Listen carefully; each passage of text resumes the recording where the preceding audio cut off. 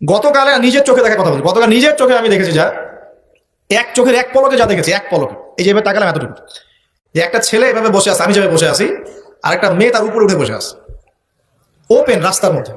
এটা আপনাদের শহর। আমি যে বলি যে কিয়ামতের যত সায়েন্স গুলো আছে, নিদর্শনগুলো, সেগুলো মোটামুটি প্রকাশ পেয়ে গেছে সব শহরগুলোতে, আপনারা তো বিশ্বাস করতে চান না। নবীজি এটার কথাই বলছিলেন হাদিসে, যে কিয়ামত ততদিন পর্যন্ত হবে না যতদিন পর্যন্ত মানুষ গরু গাধার মতো রাস্তাঘাটে জেনা করবে না। স্পষ্ট হাদিস আছে, কিয়ামত ততদিন পর্যন্ত হবে না যতদিন পর্যন্ত মানুষ গাধার মতো রাস্তাঘাটে জেনা করবে না। এগুলো জেনা না? জেনা মানে কি শুধু ওই সেক্সুয়াল শারীরিক সম্পর্কই জেনা? দেখেন ফ্ল্যাটে ফ্ল্যাটে জানা হচ্ছে, ফ্ল্যাটে ফ্ল্যাটে জানা, মাদকদ্রব্য সেবন করছে, ধনীর দুলাল, কোনো খবর নাই।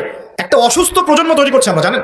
এই প্রজন্মের ছেলেরা নাস্তা করে 12টা 1টার দিকে দুপুরে, এদের রাত হয় 12টা 1টা পর্যন্ত, ঘোরাফেরা করে, ফজরের নামাজের সময় ঘুমায়, ফজর নামাজটা পড়ে ঘুমায় না, কিন্তু ফজর নামাজের সময় ঘুমায়, উঠে দেখবেন 12টা 1টায় নাস্তা করে, 12টা 1টার দিকে।